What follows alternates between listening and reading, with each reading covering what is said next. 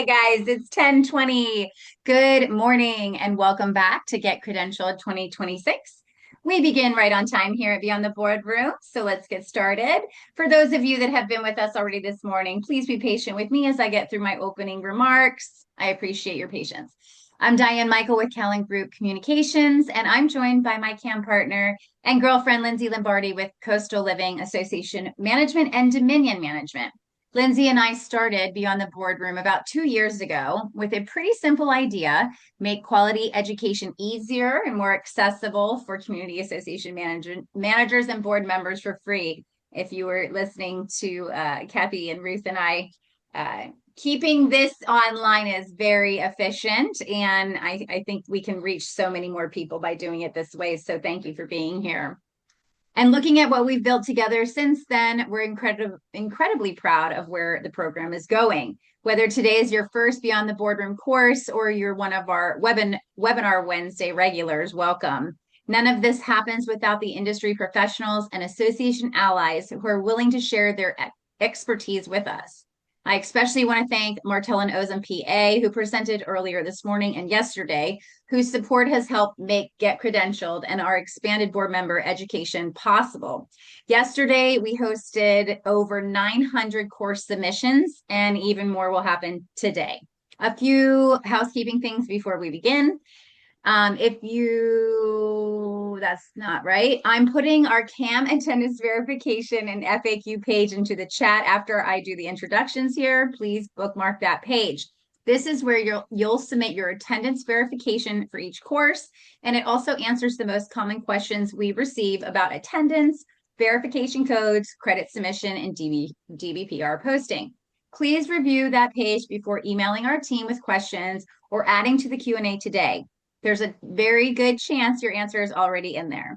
I'll continue putting important links into the chat throughout the event so you don't have to go hunting for anything. Second, take advantage of our educational library. Beyond the Boardroom isn't just about the course you're taking today.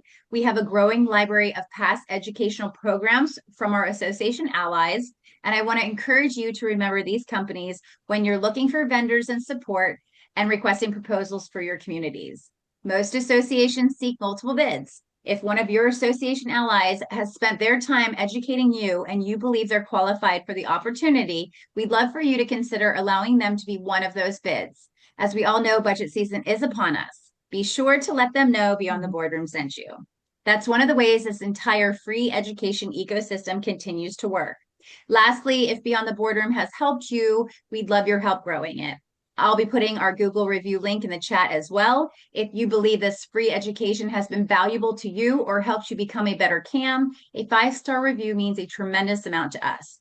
We got a few yesterday and sincerely appreciate you taking the time to review about these free education courses. And referrals matter just as much. Tell another CAM, tell a board member, tell someone at your management company, or recommend us to a vendor to help get them more access throughout the state of Florida. The bigger this community becomes, the more education and industry experts we'll be able to bring directly to you. Lindsay, will you go over how submissions work today, please? I sure will.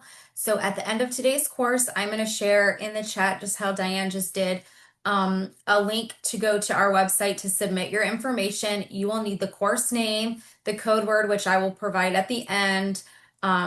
Again, for those of you that haven't been at the courses yesterday and today, the code word you have to have. That's how we prove that you were here, you listened, you paid attention, and you stayed till the end. So without the code word, you're not going to get credit. I will say it verbally a couple times for those of you that are listening on the phone and maybe not at your computer, but you're going to have to be listening to get it. And then I will put the information in the chat as well. But if you do leave the Zoom, the chat will not be there when you come back. It'll, start fresh. So don't log out if you have to leave for any reason to use the restroom. Don't take a call at the end of the course. Don't go meet a vendor. Tell them, hold on, sorry, I'll be a few minutes. Because if you miss that, that's one thing that we can't make an exception for. Additionally, make sure that you do submit for yesterday and today's courses by 10 a.m. tomorrow. That's going to be the cutoff so that we can pull all the information and get it submitted to the DBPR so that they can get you guys credit in time for your license renewal. Thank you, Lindsay. Okay, everyone, I turn off the chat so that all the information that we provide you is right there. But while we're introducing our presenters, I like to show them where everyone's coming in from. So I just opened the chat. So if everyone will let Kathy and Ruth know where you are coming in from, maybe some of these areas in Florida they will remember or know while I give them their introduction. We're in for a treat today with Vote HOA Now. They have presented with us multiple times over the 2 years, and we just love these ladies. They love what they do. It's very evident and clear. And they're both CAMs. If you were listening, they both are CAMs. Ruth and Kathy are industry experts in electronic voting, and they provide full service management of online voting for director elections, amendment votes, and any other membership votes or surveys. Vote HOA Now helps communities achieve quorum while saving both time and money. With years of experience, Vote HOA Now has been a prominent presence in the industry, hosting online webinars and presentations, participating in CAI trade shows nationwide, and contributing to roundtable discussions to enhance electronic voting education and support for the industry. It's so good to see you guys again. Welcome, welcome. Good morning. Thank you. Thanks for having us. We're excited. We love these webinars. Looks like we have the whole state covered. I know. I feel like we've been to a lot of those places. Yeah. All right. Well, welcome everybody. As they mentioned, this is the deep dive class, Navigating the Choices for Electronic Voting and Overcoming Challenges. I'm Ruth. As they mentioned, we are CAM still. We still get our credentials and have to go through courses just like this. So we love offering these classes to everybody. With me is Kathy Slight, who has how many years as a CAM, Kathy? Yes, I just celebrated. I just got my 15-year pin as a CAM, CMCA. Nice. And she juggled a portfolio of, I think, 23 at her high, 23 associations. Mm-hmm. Yes. So we've been through it. Over 10 years as a community manager, we've been in your position before. And, one of our biggest challenges, of course, was reaching quorum and not having reconvene meetings. And, we are passionate about online voting, as you'll learn. And it really is a great way and a great tool to bring to your community. All right. Well, we got to get started with the legality stuff here. And the first thing is our disclaimer. This material is designed to enable you to learn more about topics discussed about electronic voting. The presentation does not constitute legal advice. It is not advertising or solicitation. We will not be discussing our pricing or what we do as a company, just general topics of electronic voting and things to look for as you're getting started. This does not constitute a vendor-client relationship. And we do suggest often you seek separate legal advice from your own association's legal counsel. So with that, our agenda today is we're going to go over the legal overview, the authority for electronic voting. We're going to overview the service provider options, and then we're going to do our deep dives. The first one is the electronic voting resolution or rule, and the second is the misconceptions and myths, which we love doing. It's so fun at the end. So to get started, we're going to go right into that legal overview. What gives us the authority for electronic voting? And of course, it comes from multiple places depending on the type of product you're working with. So for condominiums, the statutes are under 718, as we know. Co-ops are 719, and the HOA is 720. Now, within each of those statutes, there's some specific numbers up here. You should all be somewhat familiar with these statutes, as if you've been a CAM for a little bit. If not, we do recommend you take a breeze through them. There's a lot of legal terminology and things like that, but for the most part, it's really easy to read through and understand the general basics of it. And we're going to dive into them a little bit, but other statutes that you want to consider, not necessarily in these sections. The first one is the notice of meeting or an election or vote. So that is what we call the owner date of record. And we're going to discuss a little bit of those as well. So if you're going through your statutes, you're looking for the words electronic voting, e-voting, online voting, notice of record, notice of meeting, owner date of record. And what we're talking about primarily today for electronic voting, that does not mean by email. So I just kind of skipped ahead and realized that my slide hadn't moved forward. Sorry. So here's again the language we're looking for in the codes: electronic or online, where ballot voting, electronic notice. Ballots are votes counting towards the meeting, and we'll go through what that specific statute looks like so you can see it. It's really nice. And that you'll notice throughout the language when you're reading these statutes that there's no wording of that a proxy is needed with an electronic vote. So proxy is not needed. So the statute provides for that, even though you're not sure. Again, ask your legal counsel. You don't need to have to worry about proxies because the e-votes count towards quorum. Knowing those e-votes count towards quorum, ballots also typically count towards a reconvene if you do not make quorum, or for some reason you need to rehold, hold your meeting at another time. We've seen that still happen with, power outages and storms and things, but usually not because you're missing quorum at that point. So we're going to start by going through the condo statutes. The HOA statutes is very similar. We're not going to call them both out separately. I will point out where they do differ, but we're just going to use the condo statute to start. And it just shows that the association may conduct elections and other unit owner votes through an online or through an internet-based online voting system if the unit owner consents electronically or in writing to online voting. So easy enough. So they basically have to click a link and accept to vote electronically. Nothing more difficult than that. The system has to authenticate their identity, has to protect the secrecy and integrity of each ballot, and a method to confirm delivery. So the statute goes on. The online voting system, and it kind of duplicates what it just said, has to be able to authenticate the owner's identity, ensure the vote is not altered in transit, transmit a receipt to the owner, which is more than we ever saw with paper. You never know if it even ever got there. And then for elections to be able to permanently separate and authenticate any identifying information. So just like your secret ballot with your double envelope, you still have to separate the names and identity of the owners voting from how they're actually voting. And then, of course, the system has to be able to support any recount, inspection, reviews, things like that. All that's still the same as paper, but just making sure that they have to authenticate the identity, transmit the receipt, and make sure that the vote doesn't get altered in transit. The statute goes on to talk about the e-votes count towards quorum for the meeting. This is our favorite part.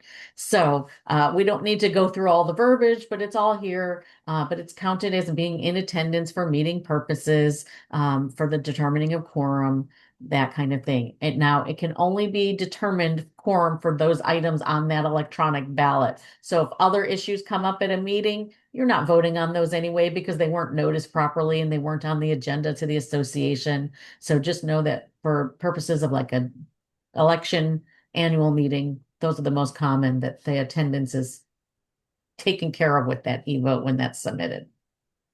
So to start, the statute goes on to state that you have to start with a resolution. So if the board starts by voting on and authorizing electronic voting, they then must create that resolution. And then part of that resolution is a couple items. And this is the first one is what differs for a condo from an HOA. If the board decides and authorizes electronic voting, they have to offer it for future votes. Once they establish an electronic voting, it doesn't have to be with the same platform from year to year or vote to vote, but they have to honor their request for elections for voting. So you have to keep doing it, keep offering it. The owners want it. You'll see that. You don't want to get rid of e-voting once you go that way. So the second item in the resolution is that you have to provide, the unit owners have to receive a notice that everyone gets that information. So keep in mind always what you do for one, you do for all. So if you're sending paper notices and e-notices to cover because some have opted in for e-notices, you're covered. If you don't have people who have opted in for an electronic notice, you're going to send a paper notice to everybody. But in that notice, you're going to tell them that we're offering e-voting and how to get to the e-voting platform. Of course, you have to establish reasonable procedures and deadlines for people to consent, either in writing or again electronically. And then the last bullet here, again, Differs for the condo, as this bullet is no longer valid for condos, but is valid for the HOAs. That the written notice of a meeting at which your resolution is going to be considered. So the meeting, just your regular board meeting, has to be noticed to your owners 14 days before the meeting if you're an HOA. So just like you would notice them of a regular board meeting, if you're doing that specifically about the resolution, you need to notice them properly 14 days before the meeting. So a little differences there, but your attorney will help guide you with all of that when you're creating your resolution. And the nice thing is your association attorneys probably have done it 100 times already and has a resolution right in their pocket. They're just going to pull out and kind of customize for you. So, and then your board can go through and decide what they like and don't like about it. And if any of those processes don't fit for them. So one of the new laws, this is a fun one. Kathy's going to help me with this. One of the things that changed recently in the law is we've been talking about an online voting system going through the internet. Somebody gets an email, they click a link and it takes them to a website to vote. Now, something that new came about is that you can also accept electronic ballots, and you must accept electronic ballots if the association has not adopted electronic voting. So it's interesting that they came up with this law, and it may still change in the next couple of years. You know, we see things kind of evolve over time, but the association has to designate an email address for receipt of an electronically transmitted ballot. And so in my mind, and I think Kathy might agree, that that's somebody saying, I want to send in my vote by email, right? So I'm going to electronically, or can you send me a piece of paper, or I have the paper ballot. I'm going to take a picture of it and send it back in via email. So I've sent in my PDF or my screenshot or a picture of my ballot. So that unit owner is transmitting that ballot. It's still electronically, but they're using a paper ballot or some other method of marking their choices, not the electronic online system. So one of the most challenging parts of this is that by doing so, that owner is giving up that secrecy requirement. So you have to state, there's a paragraph here down at the bottom of this slide, by waiving the secrecy choice, by knowing you're doing this, you're waiving your secrecy choice, because now the recipient of that email sees who you are that sent that email and your choices. Any other comments there, Kathy, about this? Yeah. I think the secrecy thing is the most important thing to consider, and make sure that your owners know. You're still going to have to create your resolution. You're still going to have a process. If you're going to offer this kind of electronic voting or email voting, let's call it, if you are going to consider this at all, it's an interesting thing to enter into the state statutes, of course, we think, because these web-based systems are doing so well, but this is designed for the community that maybe is small, or they meet quorum, or they all come to the meeting and they're doing really well. So just be sure that you are asking everyone to follow the same process when they're sending in their electronic ballots. Like Ruth said, maybe it's a picture of a piece of paper. Maybe it's a strict, kind of form that you have that you ask them to fill out. And remember, you still have to meet all the requirements of the state statute. And that means that any of these records must be available for a recount or a challenge or anything like that. And we think that at that time, everybody unveiling their secrecy for their ballot is going to become, a little awkward for people to see how you voted. So we don't see this taking off very well, but it's certainly out there. And if you're going to use it, you should take the proper steps to make sure that you're covering everything. And we've had lots of questions. People are asking, do we have to have a separate email address? Does it have to be, who does it go to? These are all the questions for your association's legal counsel, because until they're the ones that have to help you figure out where something should go. And should it be a unique address that only one person has access to? Is it okay if a committee has access and multiple people? It's a whole different ball of wax.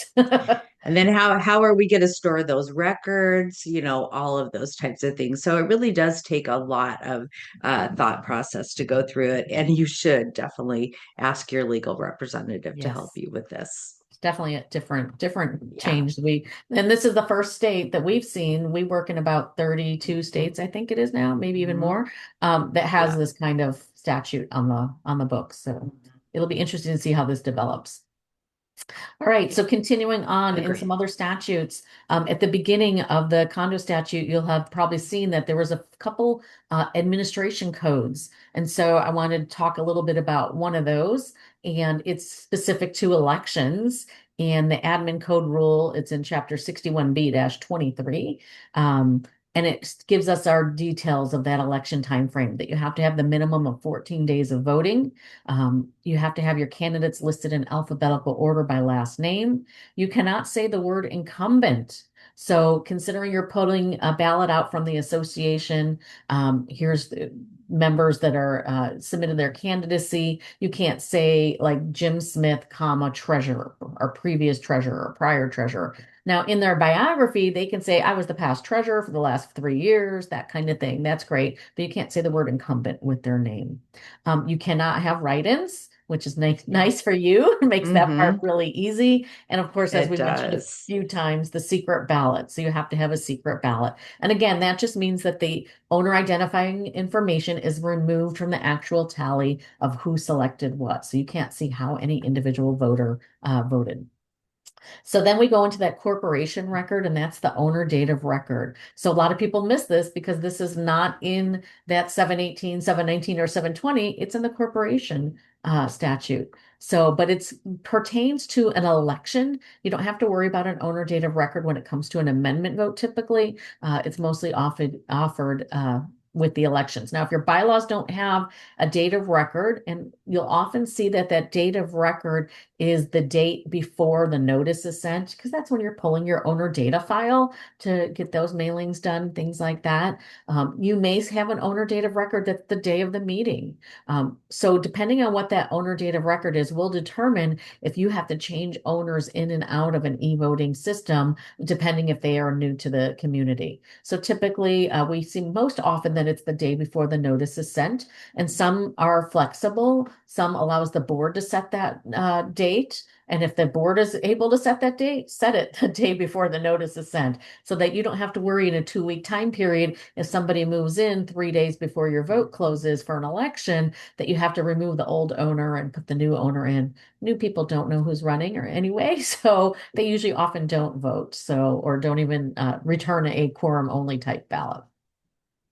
So, the one thing we mentioned, this is another one of Kathy's favorites. We don't see the word proxy anywhere with that e-vote.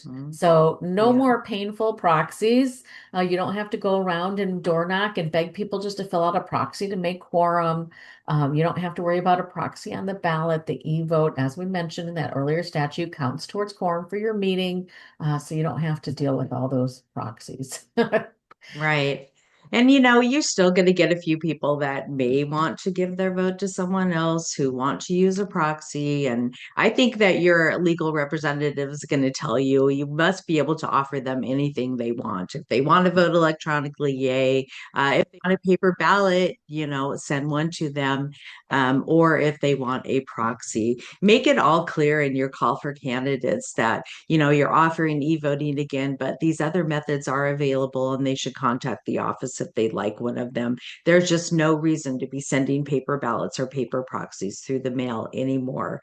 The only thing that needs to go is that official notice with those voting options on there. Right. For those who didn't opt in electronically to notices. So if you haven't started your process of getting electronic notices, that's totally separate, the electronic notice statute from the electronic voting statute. So read that statute as well. We'll throw this in there and start getting those electronic notice confirmations so that you can send your owners notices electronically rather than just all via paper.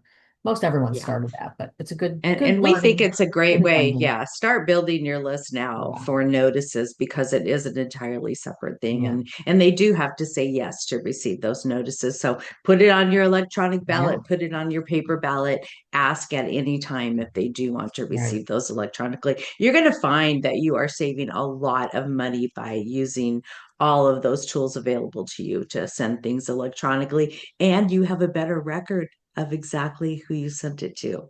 Right. And you'll get those bounce back emails so you can correct those at any time, which is also really valuable. So we have a little question here that I'm going to cover right now. Somebody asking about how do you confirm it's the right person voting?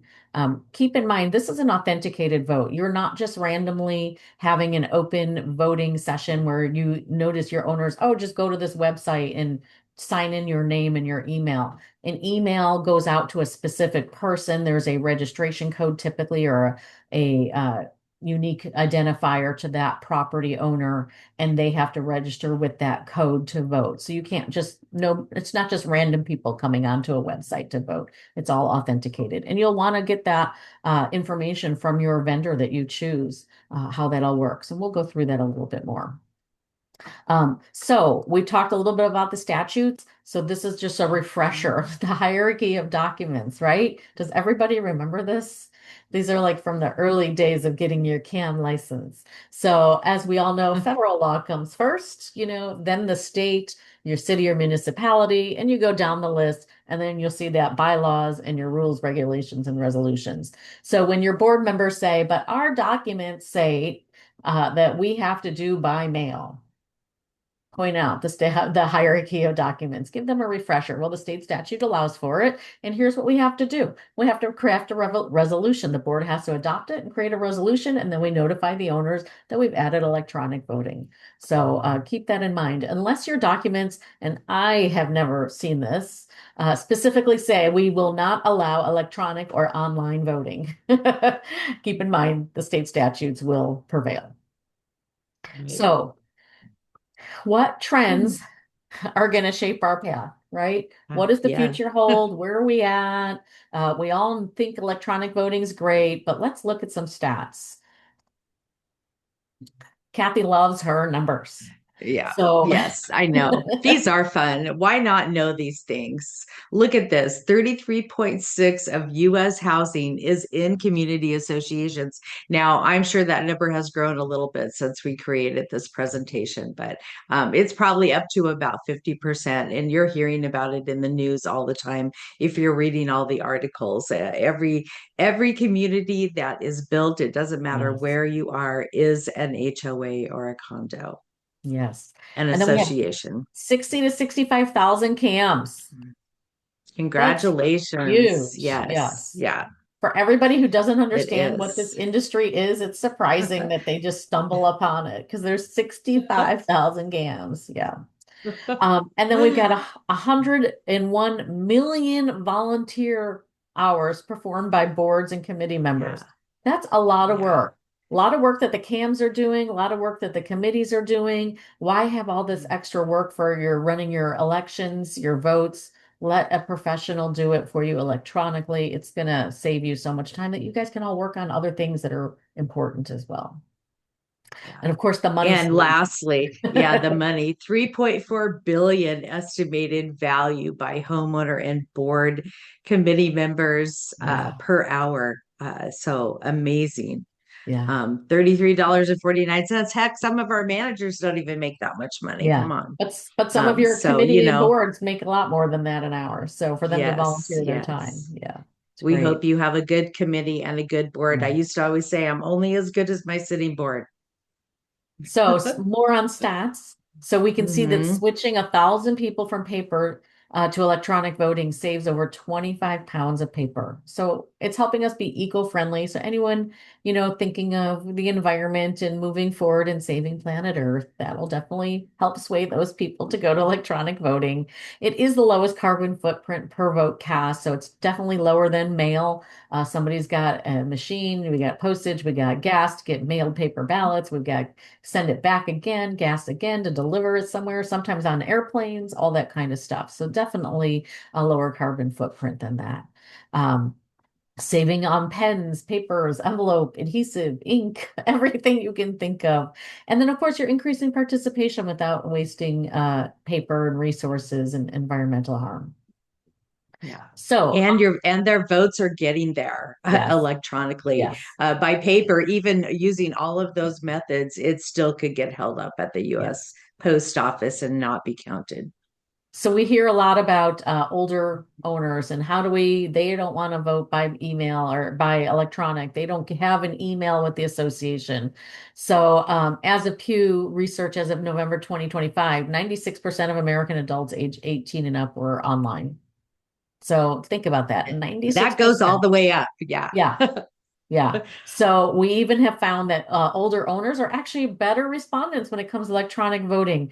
At 80 and up, 44% are using the internet. And around, 60 to 65, it's crazy numbers. It's still, 96%, 95% in their 70s. It drops a little bit to like 85%, but it's still huge numbers. People who are older have the time, want to vote, they want to participate. They still get their emails. They're doing all sorts of other things electronically, their financials, they're booking airfare, things like that. They take the time. They don't just swipe left on their cell phones. They actually read the materials and participate. It's great. Mhm. And Um, they ask for help. If yes, they you do. They ask their like, our parents grandchildren. are calling us or our grandchildren, yeah, Yes, asking them to help us with certain little things. So it yes, really brings the family together. Not only increases your participation, it brings your family together. right.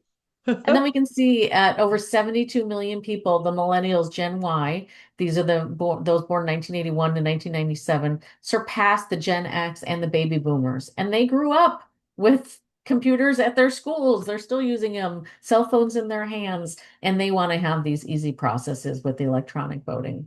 So, and then we've got the younger ones, right? Oh my gosh, these are my grandkids. I've got a granddaughter who's just 13 this year. And yeah, she's been on internet computers her whole life, and they're starting to buy their first homes. So they're, graduating school, high school or college, and getting their jobs, and they're buying properties. So it's great. Mhm. All right. So next, we're going to go into a brief overview of our service provider options. Kathy, you want to start us off on that?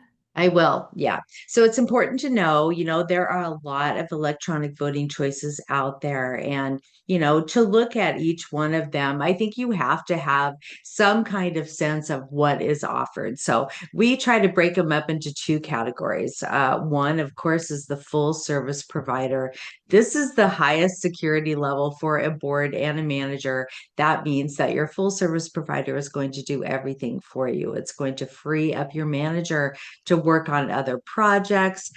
We always say that let the professionals do what they do best. And they're building your votes, they're running your votes, they're managing your votes, they're doing everything for you. They're actually taking responsibility of the whole entire vote, which is a true third party separation. And that just means that, board members, committee members, managers are not involved in the day-to-day process, ballot counting, anything. Committee members, there are still jobs for you. Electronic voting is not going to take away the responsibility of you still opening those few paper ballots that you receive. Because for an election, which is what we talk about most often, of course, we still have the secrecy rule. So, someone is going to have to be in charge of opening those double ballots, making sure that owner hadn't voted electronically, and of course, then counting that paper ballot. So, still lots of jobs for everyone to do. But full service provider, really pick a partner in this industry, and you do it all the time with your attorneys, your landscapers, everything. That is going to be a community partner for you over time, and that you can, begin to build trust in your community with voting. Now, of course, the second set, of course, is self-service portals and management software. This is our biggest competition because it's free or it's attached to our property management software. But, if you remember when Ruth went over all of the state statutes, most of these self-service portals do not provide for a secrecy platform. And they don't provide for the owner to receive a receipt.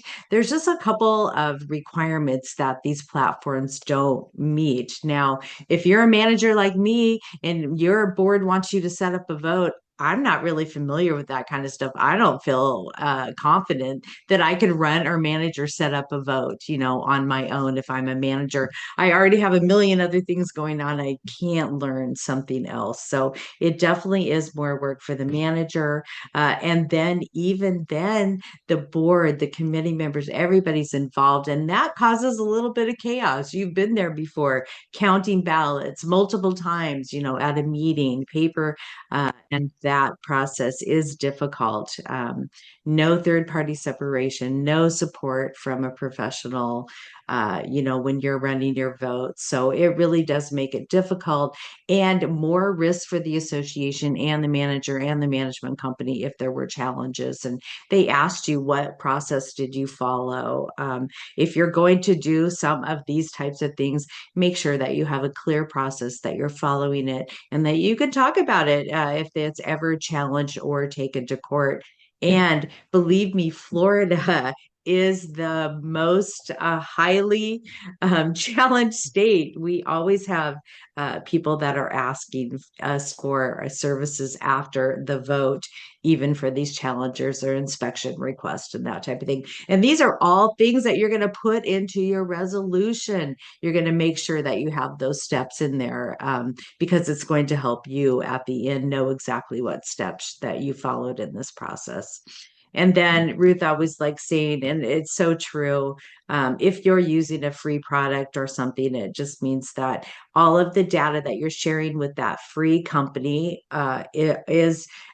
they are allowed to sell it or do anything with it. So be sure that you're asking if you're doing a self-service portal, or let's just use, for example, SurveyMonkey. I mean, they're taking all your data and they're using it for other things. It's good to ask them what they're using it for, and maybe you can request that they don't. That is just the property of the association. That's should be the answer, and is only used for the purpose of running a vote. So lots to consider there. Of course, one, highest level of security, the other, a lot more risk for the manager and board members. So even among vendors for full service management, Kathy, not everyone's the same, right? There's definitely different levels within that full service. So Right. through that a Yeah. little bit. So yeah, yeah. So, we always say, vet your partners, make a list of what you want in an e-voting vendor and make sure that all those needs are met. It's nice if they specialize in community association industry. Just like Ruth said, 65,000 managers out there, and really nobody knows what an HOA is. I mean, I'm still trying to explain to my dad what electronic voting is, and I've been with Vote HOA now for 11 years. You think that he would get it, but it's nice to have someone who truly understands what you're going through and what you need. They have experience. They've managed these projects. They've been to annual meetings and they've ran elections. It's nice if they're based in the US. They understand all the state statutes and where to look and what the process is. So it is very helpful. And of course, like us, that they are a leader in education, that, every vendor that you partner with, you should learn something from. So that is really a true partner in this industry when they're offering you ways to save money and to learn other, tricks and tools that you can use. Here, here. Here, here. All right, before So we go here we back, go. Yeah. before we get into this deep dive, which we'll go through, we've got a few slides on that resolution. Again, we're getting a question about how does somebody know a vote wasn't cast by a bot with the AI world out there. Again, this is an authenticated vote we're talking about, not just somebody randomly going into an e-voting system and creating an email on your ballot that they are an owner. You're creating, most vendors have some kind of code, a unique identifier to that vote, along with that property owner's information. So you don't just get random bots and things like that trying to vote. There's really no way for that to happen. So it's a little different than somebody just randomly sending you an email from, all these spam emails that we get from these bots and things. All right, so voting resolution or rules.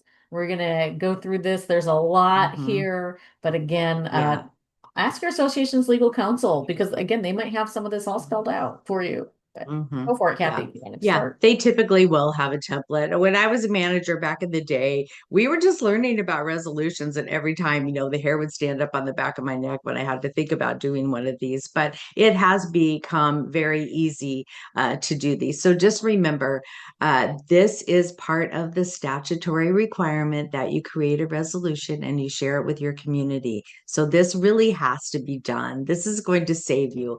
Be as concise as you can. Look up 718, 719, 720. What are we going to follow? Where do we get our authority? What type of meetings are we going to have? Are they all going to be in person? What is the process for that? Online only or hybrid. Hybrids are becoming very popular where we still have our in-person meeting and then we have a camera in the background where people are attending virtually. So, this is increasing participation, but you need to have a set of rules for each one of them. This hybrid thing or online only, how do you know that you just have an owner signing into your platform? How do you know it's not someone creeping in, to the meeting? So lots of things to consider there. Timing and notice requirements. This should go into your resolution. The voting will be open for 14 days and you'll receive your notice, 15 to 60 days before that. Your call for candidates, all of those things. So everybody who's reading it knows, hey, okay, we're going to have a 2-week call for candidate period. Yay, I should get my candidacy in because I can't be written in because there's no write-in space on the ballot. So it makes it very important for me to do that so I can be on the electronic ballot and the paper ballot. And the timing is key, of course. But the call for candidates period is becoming one of the best things. When we were early managers, we never did that. We just went to the meeting with a bunch of names written on a piece of paper. I mean, it was crazy. I can't So we're imagine getting doing that. yeah, we're getting a lot more good people during this call for candidates period, which is Yeah. really great.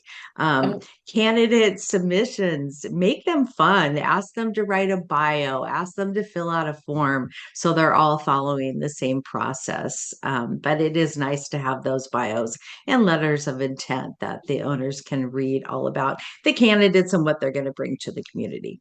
And we do recommend when you do write your dates and time frames to use a time frame, use a window, 14 to 20 days, 15 to 20 days, that kind of thing. We see so many times in documents that says the annual meeting is on the third Wednesday of this month, da, da, da, da, and that doesn't allow for any flexibility. So when you can, give yourself a little flexibility in these kind of time frames so that you can account for holidays and things like that. We know things happen. Sometimes something gets falls behind a little bit, and you don't want to be somebody to say, you didn't follow the process 100% because you were a day late on getting that notice out. So use those time frames when you're crafting your dates. Good point. Okay, so who should be involved in the setup? This is this is an age-old story here. We typically see the manager involved in the electronic voting process. They're a neutral party. Even though some owners will say they have a stake in the game, they really don't. They do remain a neutral party for your association. They're available to answer questions. They're able to pull that Excel spreadsheet and look at your documents and make sure that we're following all the right processes. They have the ability to provide approvals, and of course, they get the great honor of carrying the results to the meeting, whether it's virtually, hybrid, or in person. So typically, but we do have a lot of board members, committee members that are involved. Ask your e-voting company how they're going to protect them from seeing sensitive information or doing things. Since we have so many of the self-managed out there, we do have a process for that, and they should be asking what that is.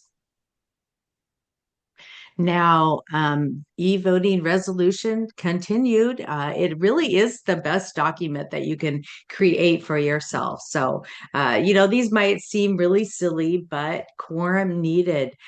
Every vote, membership vote, document vote, elections, everything requires a different quorum. Let's make sure that we know what all of them are so that we know what our goal is. And then, of course, the voting time frame. We're seeing elections run 2 to 3 weeks, depending on the size of your community, sometimes a month.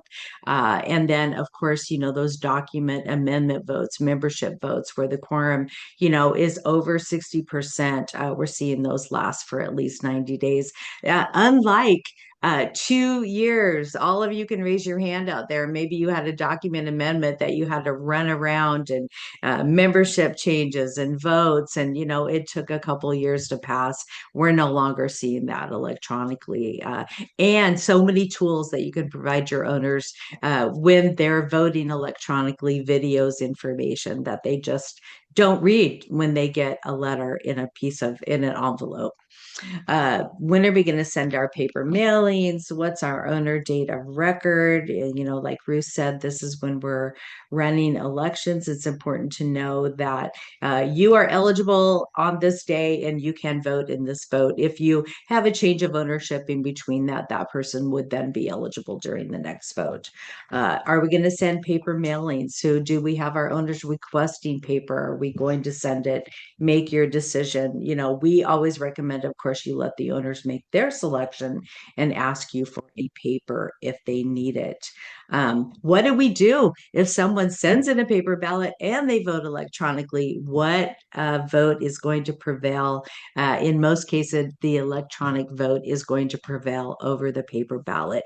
And you should make sure that you have the proper tools at the meeting to make sure that you're not accepting a electronic ballot and a paper ballot. So ask your provider how they're going to help you with that. And they should be able to provide you a report of all of the owners who did not vote electronically. And then, of course, let them know which vote is going to prevail if they do. I used to say either owners are going to do nothing or they're going to do everything. They're going to vote electronically. They're going to send in their paper ballot and they're going to come to the meeting and try and do something crazy. So, there are all types out there. Right. We used to send only the notice via paper and put in there, here's your 3 methods for voting. 1, vote online, preferred. 2, ask the office for a paper ballot. 3, come to the meeting, vote in person. Probably this voting in person was the second one, but therefore we weren't sending paper ballots unless somebody asked for it, so that it would kind of limit, and it saved us reducing that cost and mailing all that paper. Yeah. And we have a lot of people ask us, what should we do? Well, if you're in question, send a paper ballot. Just put it in the envelope. They can still choose to vote electronically and not use that paper ballot. So any attorney or your legal representative is going to tell you that you have to make all of the methods available.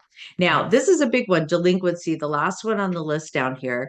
If some of the documents say that if you are delinquent in any way or whatever it is, your vote cannot be accepted. Now, this happens rather quickly at the end of the vote because you have almost up until the day of the meeting to pay your assessments or catch up a fine or something like that. And we all hope that someone comes to the meeting with a big fat check and pays it all off, but probably not going to happen. If they voted, we're probably going to end up removing their vote from the program. So remember, those self-serves, all those things, follow your regular processes, put it in your resolution and let them know what you're going to do.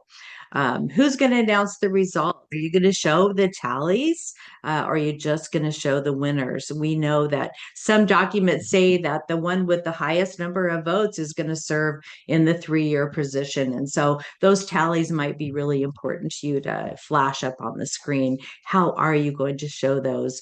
That's going to be part of your full final packet. And you're going to put that away for a year and store it no matter what it is. And then tie votes. These are kind of fun and they just pop up like you don't even think about it. Put it in your resolution. What are we going to do for a tie vote? Are we going to flip a coin? Are we going to draw a straw? Are we going to revote? Or, what is the process for that? Yeah. It's interesting. Idaho has it in their state statute that a tie vote is determined by a coin toss. So love that. We do have a question, Kathy, that can tie in here real quick. What if there is a call for nominations from the floor? Yeah. How should you put it's that still in your going to happen. resolution? Yeah. Right. Yeah. So not, yeah, call for nominations is something that we talk about all the time. They're not on the paper ballot. They're not on the electronic ballot. They did not meet the call for candidacy, period. There's no write-ins, but I'm going to the meeting to see what kind of I can stir up, if I can put my name in the hat. If you are still looking for a good candidate, you would ask them. If you get a call for nominations and someone nominates themselves, yes, will you please fill out this form like all the other candidates did? We'll have to vet you, make sure you're an owner of record, you're in good standing, whatever that process is. And then the board can come back to the next meeting and they can appoint you. And so that is what you should do for the call for nominations. Considering the fact that we don't have a write-in, everything is secret, and we still need, I used to say anyone that raised their hand, we would find a position for them. Right. And so don't Committees turn those always need people away. volunteers. They Yeah. do. Don't turn those people away. Invite them in. Do whatever you can to make sure that But put they that can process in find your a place. resolution so that it's all written out and spelled Mhm. out so that you can call Yeah. on that when needed. Right, right. And everyone will read it and they'll know, gosh, I better do my call for candidates because the nominations on the floor, there may be a time where you've got 10 people at a meeting and they raise their hand and you need that position filled. I mean, we know, just document that very closely. Right, right.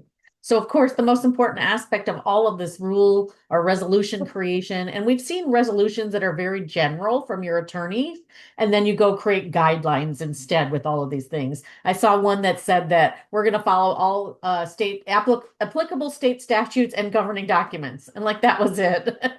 It was so general. So then they had to create a guideline for their own meetings and their own process, which was fine as well. But the biggest thing is after that initial voting experience, now you've got all this new information. How did that run? What went well? What could be improved upon?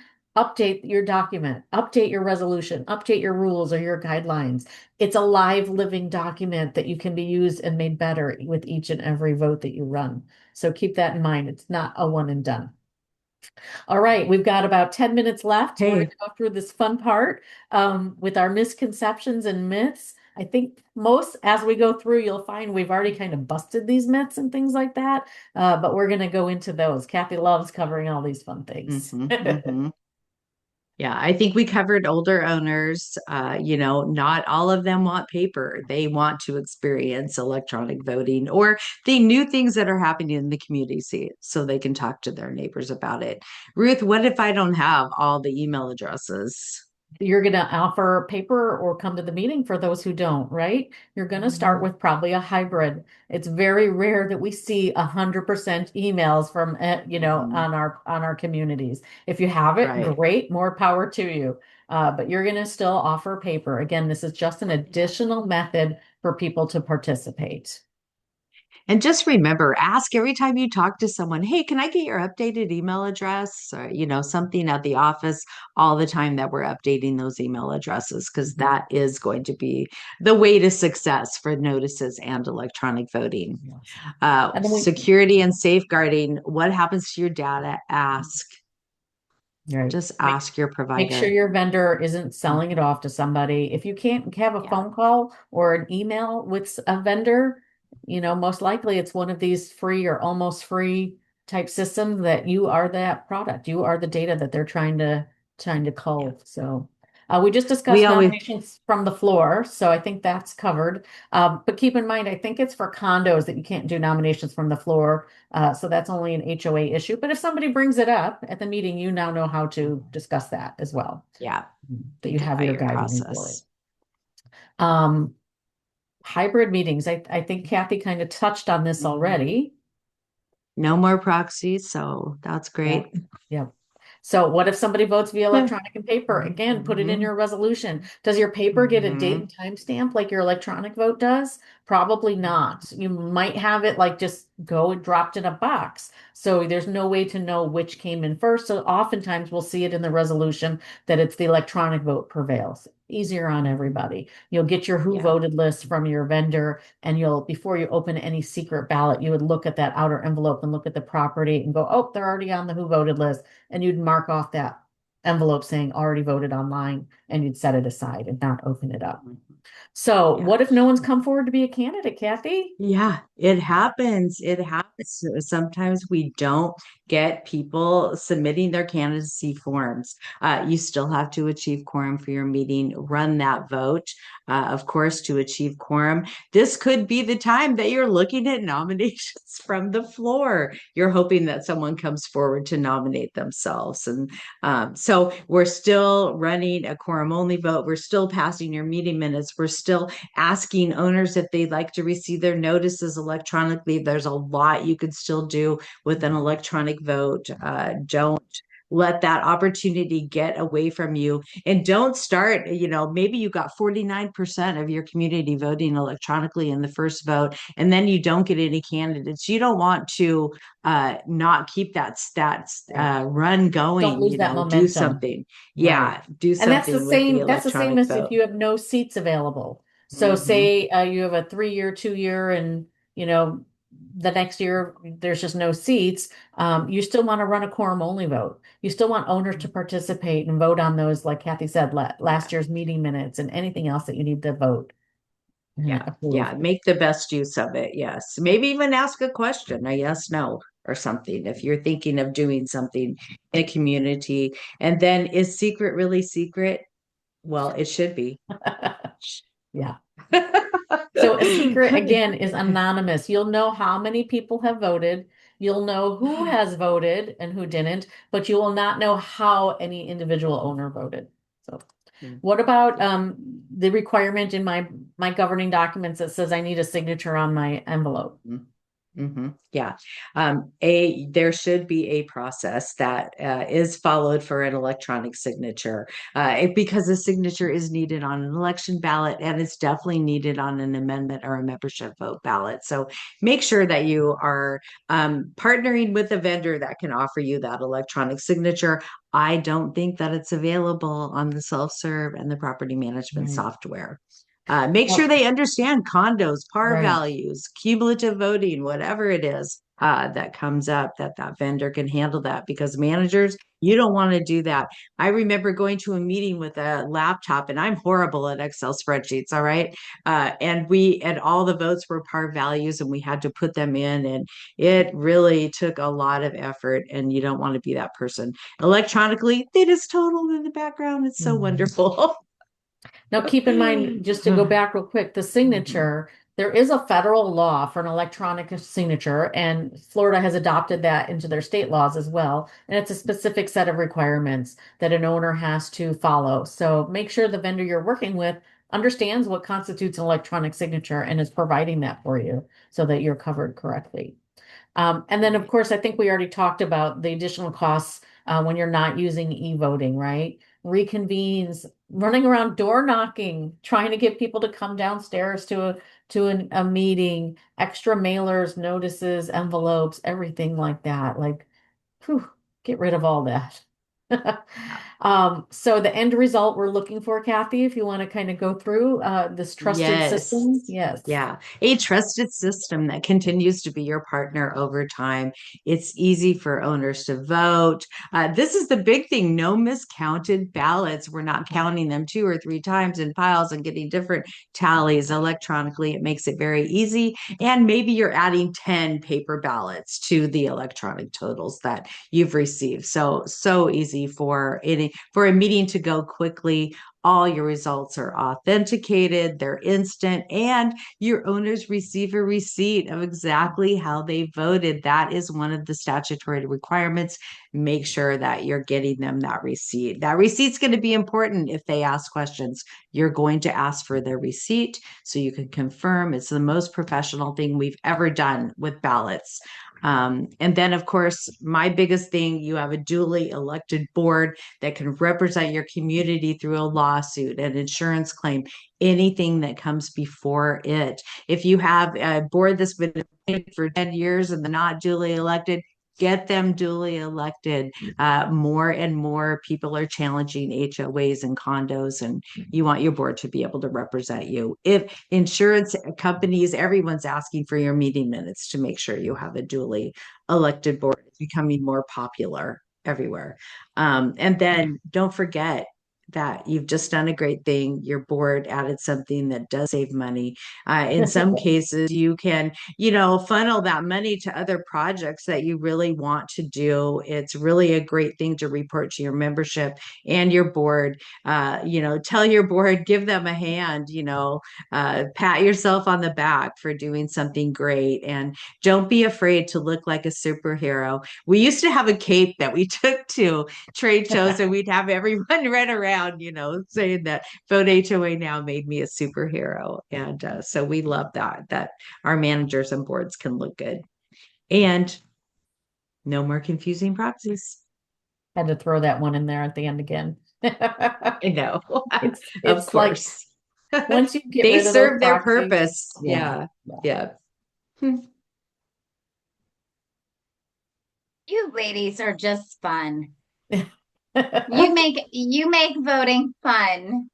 Well, I we think have we like had It is fun. we have about 3 or 4 hours of material we try to cram into an hour, and That's well, if you ever need new courses, you just let us know. I think we had some good questions. We definitely had people ask about the presentation slides. So we always recommend to contact the presenters directly because they can, sometimes some want to keep it more proprietary than others. But at the same time, ladies, if you're okay with it, is this okay to put this video on our Beyond the Boardroom past curriculum library? yes, absolutely. Yes. Because we definitely want to highlight it because it's just great content. And I love the myths as well. But you guys covered a lot in a short amount of time, and we thank you. If there aren't any other questions for Kathy or Ruth, we will let them get back to their morning and we'll go over the submission process. Thank you, ladies.